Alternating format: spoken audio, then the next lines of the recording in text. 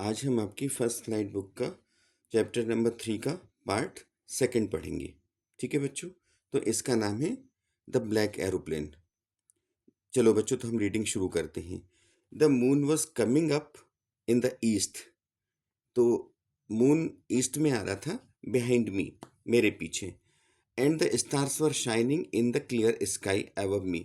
और जो स्टार्स है ना, वो मेरे ऊपर आसमान में बहुत स्पष्ट रूप से चमक रहे थे। There wasn't a cloud in the sky. आसमान में किसी भी तरह के बादल नहीं थे।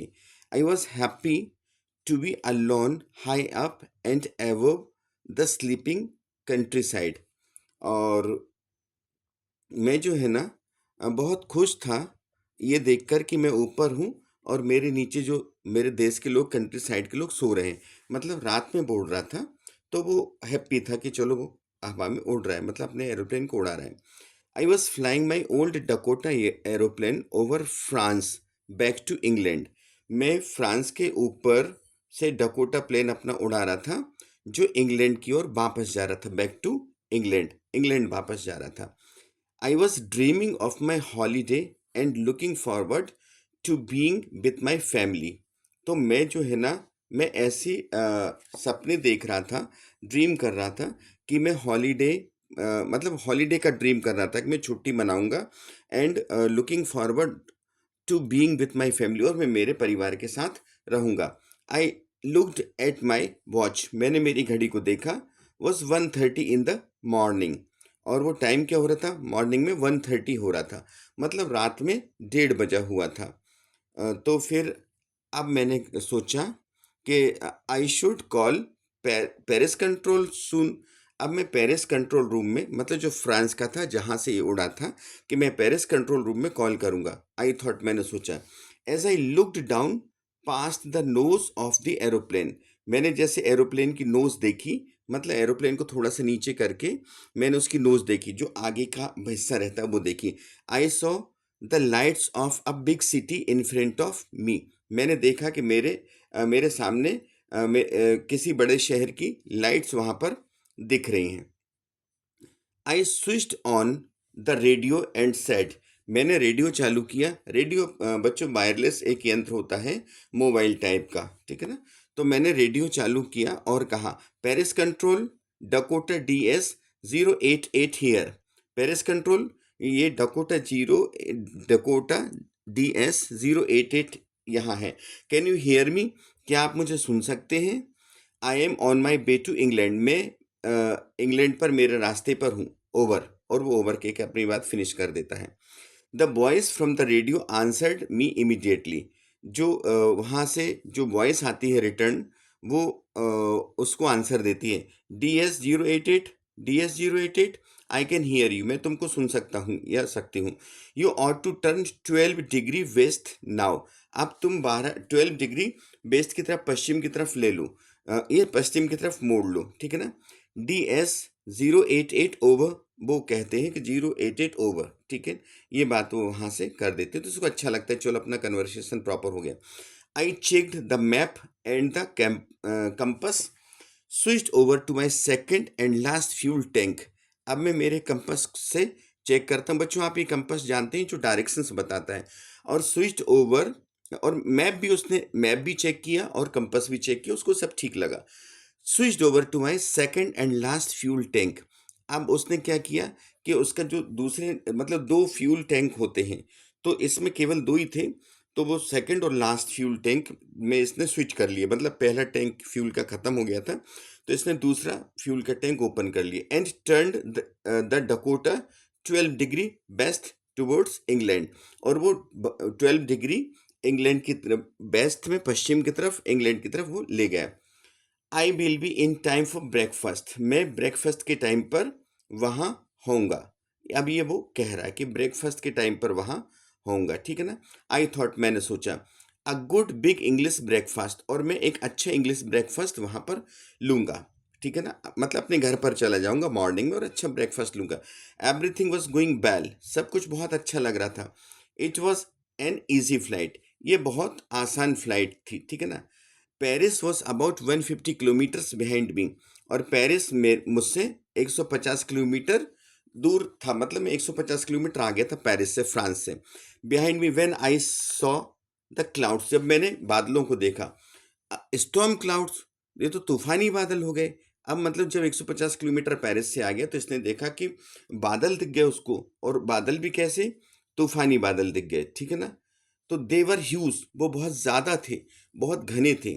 They looked like black mountains standing in front of me across the sky, और वो एक काले पर्वत की तरह लग रहे थे जो मेरे सामने हैं, आसमान के चारों ओर। I knew I could not fly up and over them, मैं जानता था कि मैं उससे ऊपर और उनके ऊपर, मतलब उनको क्रॉस करके नहीं उड़ सकता हूँ।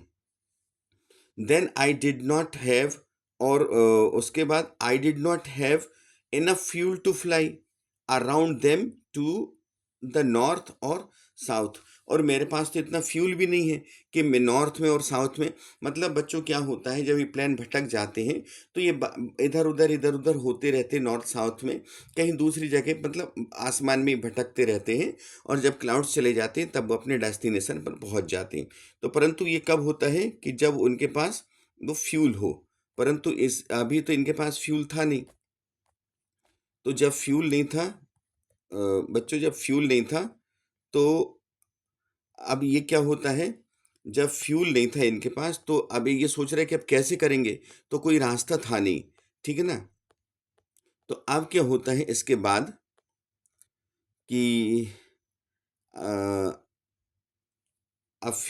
तो अब उन्होंने सोचा, I did not have enough fuel to fly around them north and south, तो I ought to go back to Paris.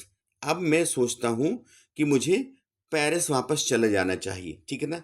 अब इसको लग रहा है 150 किलोमीटर आ गए हैं और ज़्यादा फ्यूल आसमान में भटकने का तो है नहीं, तो मैं पेरिस चला जाता हूँ वापस। आई थॉट, मैंने सोचा, but I wanted to get home, परंतु मैं तो घर जाना चाहता था। आई वॉन्टेड दैट ब्रेकफास्ट, और मैं वो घर की पत्नी के साथ नाश्ता भी करना चाहता था, बच्चों के साथ, ठीक है ना।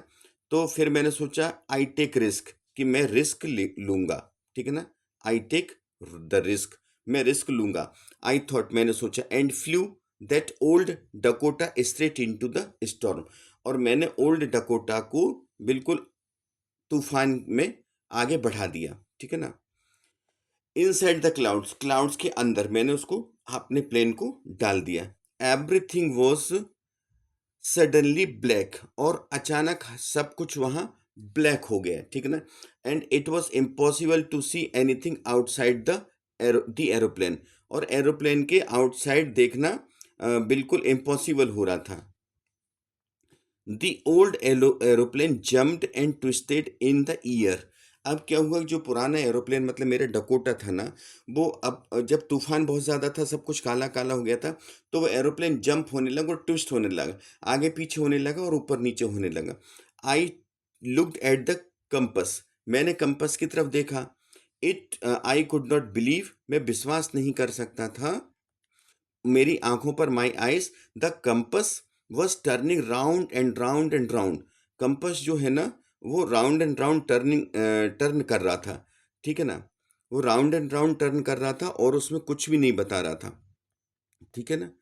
तो अब क्या हुआ कि कंपस में कुछ था ही नहीं, राउंड राउंड था, इट वॉज डेड, और वो कंपस क्या हुआ कि वो डेड हो गया था, मतलब खराब हो गया था, कंपस खराब हो गया था।